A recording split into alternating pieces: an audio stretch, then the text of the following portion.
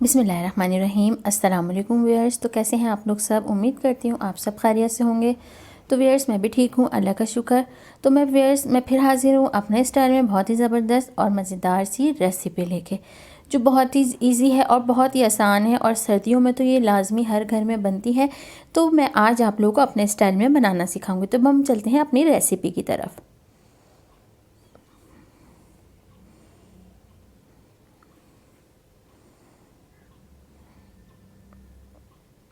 बिस्मिल्लाहिर्रहमानिर्रहीम। तो अब हम यहाँ आ चुके थे अपनी रेसिपी की तरफ। यहाँ आज हम बनाने वाले हैं सरसों का साग।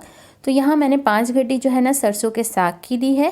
जैसे कि आप लोग देख सकते हैं ये इस तरह का है सरसों का साग। तो ये हमने ली है 5 गड्डी सरसों के साग की। सही है। तो अब हमने जो है इसके साथ और क्या चाहिए, इसके साथ मैंने लिया है ये पालक। सही, पालक की जो है मैंने ली थी 2 गड्डियाँ। आप लोगों ने इस हिसाब को ज़रा ध्यान में रखना है कि आपने अगर साग की 5 गड्डी ली है तो पालक की 2 गड्डी हमें चाहिए होगी। और यहाँ हमने लिया है बाथू, जिसको बथवा भी कहा जाता है, कोई बाथू भी कहता है। तो बाथू की ली थी मैंने 1 गड्डी। सही है। इसके इस तरह से ये पत्ते होते हैं। तो बस, तो ये थी हमारी साग की चीज़ें जो हमने ली हैं। हरी भरी सी लग रही होंगी, आज मेरी वीडियो काफ़ी हरी भरी होने वाली है। तो ये हमारे ये साग है, इसके पत्ते मैं आप लोगों को दिखा रही हूँ। तो ये इस तरह का साग होता है। तो बस आज जो है ना बहुत ज़बरदस्त मज़ेदार सा आज हम सरसों का साग बनाने वाले हैं, वो भी मेरे स्टाइल में आप लोग आज बनाना सीखेंगे। तो चलिए अब हम चलेंगे अपनी रेसिपी की तरफ। सबसे पहले मैं इसको जो है ना अच्छे से जो है इसके ये जो डंडियाँ हैं ऊपर की हम हटा के और इसके पत्तों को और जो नरम डंडी होगी उसके साथ इसको हम काटते हैं।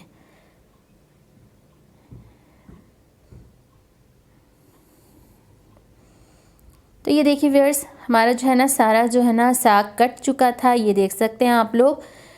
और ये हमारा है पालक। और यहाँ दूसरी तरफ मैं अब आप लोगों को दिखाऊं, ये दूसरी तरफ हमने रखा हुआ है बाथू, इसको भी हमने काट लिया था। सही है। पतली पतली डंडियों के साथ इसकी जो हमने पत्तियां थी वो हमने तोड़ ली थी। बाकी जो है ना पालक और साग हमने कटिंग कर लिया था। तो बस इसको जो है ना अच्छे तरीके से हमने वॉश करना है। सबसे मेन आपने इस चीज़ का ख्याल रखना है। मेरी वीडियो में मैं आप लोगों को कोशिश करती हूँ हर चीज़ बारीक से बारीक बताऊँ, छोटी से छोटी जो टिप्स है जो उसकी सारी चीज़ें वो मैं आप लोगों को बताऊँ। तो इस तरह से आपने एक खुला बर्तन लेना है, उसके अंदर आप लोगों ने इसको अच्छे तरीके से जो है ना पहले इस तरह से भिगो देना है।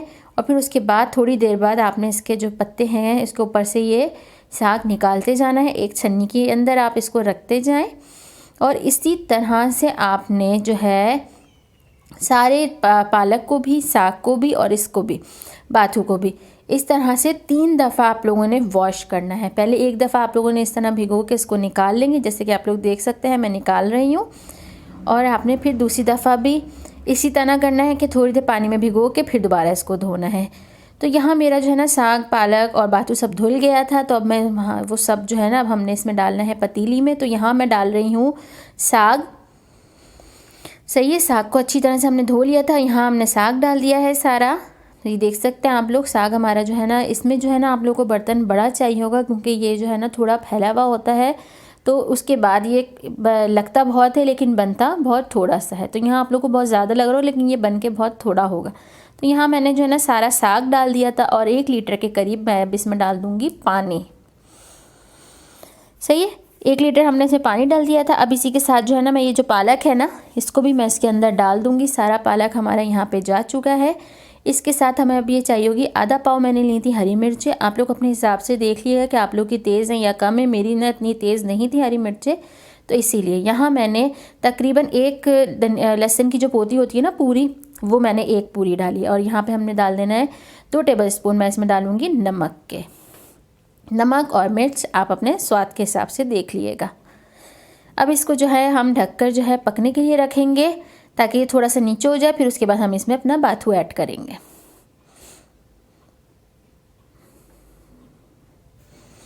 ओके, तो यहाँ जो है ये 15 मिनट हो गए थे और ये देखिए ये कितना सारा था और ये कैसे अंदर जा चुका है, सारा ना दब गया है। तो इसके साथ जो हमारा ये बाथू था ये हमने धोया था, इसको भी मैं इसके अंदर डाल दूँगी।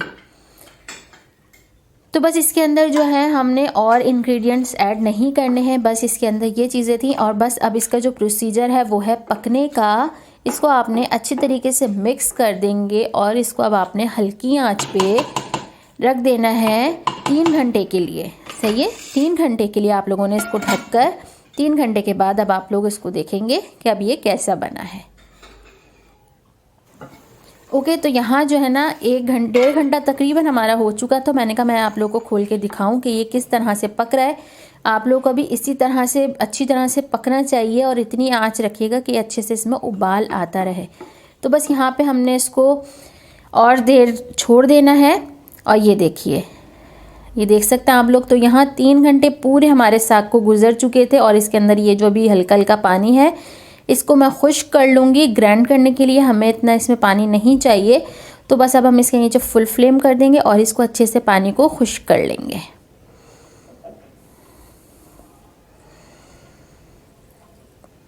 ओके व्यूअर्स, ये देखिए हमारा जो है ना सरसों का साग जो था वो यहाँ ग्राइंड होने के लिए तैयार है। यहाँ इसमें पानी अच्छे से खुश्क हो चुका था। तो मैं इसको चूल्हे से उतार लेती हूँ। दूसरे बर्तन हम इसको करेंगे क्योंकि इसके अंदर ये ग्राइंड नहीं हो पाएगा। तो ये देखिए यहाँ मैंने इसको इस प्याले में डाल लिया था। और ये देखिए आप लोग कितना थोड़ा सा साग है ना, दिखने में बहुत ज़्यादा लग रहा था लेकिन ये कम हो गया है। तो बस यहाँ मैंने ये इलेक्ट्रिक बीटर लिया है, इसकी मदद से मैं इसको जल्दी से झटपट से बीट कर लूँगी। अगर आप लोग चाहें तो आप लोग इसको मदानी से या जिस घोटना कहा जाता है उससे आप लोग इसको इजीली कर सकते हैं। बहुत सॉफ्ट है, लेकिन मैं इलेक्ट्रिक बीटर से कर रही हूँ क्योंकि टाइम शॉर्टेज होता है, आप लोग को जल्दी से वीडियो देनी होती है। तो बस यहाँ पे हम इसको जल्दी से बीट करेंगे और फिर आप लोग को दिखाएंगे। तो ये देखिए यहाँ पे कितना अच्छा सा हमारा जो है ना साग बीट हो चुका है।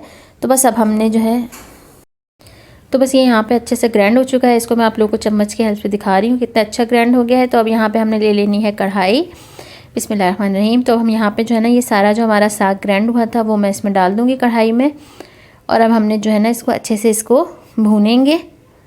ये देख सकते हैं आप लोग। तो इसको अच्छे से जो है ना मैं इसको भूनूंगी। और इसी के साथ जो है ना अब हमने जो इसमें और चीज़ ऐड करनी है वो मैं आप लोगों को अभी बताती हूँ। तो सबसे मेन जो चीज़ है इसके अंदर हमने डालना है आटा। तकरीबन 3 टेबलस्पून मैं इसमें आटा डालूंगी, लेकिन एक एक करके पहले हम इसको इसके अंदर मिक्स कर लेंगे अच्छे से, ताकि हमारा साग जो है ना वो एक अच्छा क्रीमी फॉर्म में आएगा। तो अब ये यहाँ पे 1 चम्मच हमने 1 टेबलस्पून हमने इसमें डाला है, वो मिक्स हो गया है। और अब हम डालेंगे एक और। सही है, नॉर्मल हमने जो घर में आटा यूज़ करते हैं गंदम का, हम वही यूज़ कर रहे हैं इसके अंदर। तो यहाँ पे अभी हमारे 2 टेबलस्पून इसमें आटा चला गया था। इसको हम अच्छे से मिक्स करेंगे। ये देख सकते हैं आप लोग इसकी कंसिस्टेंसी में कितना फ़र्क आ रहा है। और इसी के साथ जो है अब हम इसके अंदर तीसरा टेबलस्पून जो है उसको भी इसमें हमने मिक्स कर देंगे। तो ये देखिए, तो अब हम यहाँ पे हमने 3 टेबलस्पून इसमें तक यहाँ पे जो हमने डाला है वो हमने पूरे इसमें 3 टेबलस्पून हमने आटा डाला है, लेकिन हमने उसको एक एक करके डालना है, एक साथ आपने नहीं है इसमें ऐड करना। तो अब हमने इसके नीचे फ्लेम को जो है ऑन कर देंगे और इसको अच्छी तरीके से जो है ना अब हमने इसको पकाना है। तो ये देखिए अच्छे से जो है ना हमारा साग पक के रेडी हो चुका है। और ये देख सकते हैं आप लोग इसकी कितना अच्छा सा लुक आ गया है, इसका कलर कितना खूबसूरत आ गया है। तो अब यहाँ पे जो है इस टाइम पे हमारा जो है ना साग बिल्कुल यहाँ पे रेडी है। अब हमने इसकी जो तैयारी करेंगे वो अब हमने इसको भगार देने के लिए इसकी तैयारी करेंगे। बस यहाँ पे जो है यहाँ रेडी हो गया है हमारा साग। अगर आप लोग चाहें इस टाइम पे भी इसको निकाल के फ्रीज़र कर दें और जब खाना हो निकालें और इसको फ्राई करें और आप लोग इसको खा लें। तो अब हमने यहाँ पे फ्राई के लिए ले लेना है अपना एक फ्राई पैन। इसके अंदर मैं डालूँगी मक्खन, डालेंगे हम इसके अंदर। नॉर्मली जो मक्खन आता है ब्लू बैंड का या कोई भी आप मक्खन इसमें ले सकते हैं। तो मैं मक्खन में फ्राई करूँगी। तो यहाँ पे मैंने 1 टेबलस्पून तकरीबन 2 टेबलस्पून हमने मक्खन लिया था, वो हमने इसमें डाल दिया था। और इसी के साथ जो है अब हमने इसमें इसको पहले मेल्ट करेंगे ताकि अच्छे से सारा मेल्ट हो जाए। इसके साथ जो है मैं इसमें डाल दूँगी लहसुन कुटा हुआ। 1 टेबलस्पून हमने इसमें लहसुन का डाला है और इसको अच्छे से जो है ना हमने इसमें मक्खन में फ्राई करेंगे अच्छे तरीके से। तो मैं नॉर्मली इसमें और कुछ ऐड नहीं करूँगी, सिर्फ लहसुन को जो है ना फ्राई करेंगे हम अपने मक्खन के अंदर। और अगर आप लोग चाहें, अगर आप लोग को पसंद हो तो आप इसमें ज़ीरा या लाल मिर्च भी डाल के, साबुत लाल मिर्च जो होती है वो भी फ्राई कर सकते हैं। तो मैं सिर्फ इसमें लहसुन डालूँगी और उसके अंदर हम अपने साग को फ्राई करेंगे। तो यहाँ पे अब हमने जितना हमें चाहिए होगा उतना हम इसमें साग डाल देंगे और इसको अच्छे तरीके से जो है ना हमने इसमें भून लेंगे। बस क्योंकि हमारा साग जो है बिल्कुल रेडी है, बस थोड़ा सा हम इसको मिक्सअप करेंगे और फिर हम इसको जो है ना सर्व करके मैं आप लोग को दिखाती हूँ कि इसका फाइनल लुक क्या है। ओके, ये देखिए कितना अच्छा सा हमारा जो है ना मिक्स हो गया है। तो अब मैं इसको जो है ना प्लेट में सर्व कर देती हूँ। तो यहाँ पे हम ले लेंगे एक प्लेट। बिस्मिल्लाहिर्रहमानिर्रहीम। तो यहाँ पे जो है मैं इसको इसके अंदर सर्व करके आप लोगों को दिखा रही हूँ कि कितना खूबसूरत और कितना मज़े का हमारा साग बन के रेडी हुआ है। तो इसी तरह मैं सारा इसको प्लेट में हम अपने सर्व कर लेंगे और ऊपर से जो है इसके ऊपर मैं डाल दूँगी मक्खन। ये देख सकते हैं आप लोग। तो बस यहाँ पे जो है ना ये हमारा मज़ेदार सा साग बन के रेडी हो चुका है। ये थी मेरी आज की रेसिपी जो मैंने आप लोगों के लिए बनाई है। वीडियो पसंद आई है तो मेरे चैनल को सब्सक्राइब करिएगा और बेल आइकन के बटन को प्रेस करिएगा ताकि इसी तरह से अच्छी सी आप लोगों के लिए वीडियो लेके आती रहूँ। अब इंशाल्लाह मुलाकात होगी नई अच्छी और मज़ेदार सी रेसिपी के साथ। अपना बहुत सारा ख्याल रखिएगा, दुआओं में याद रखिएगा। अल्लाह हाफ़िज़।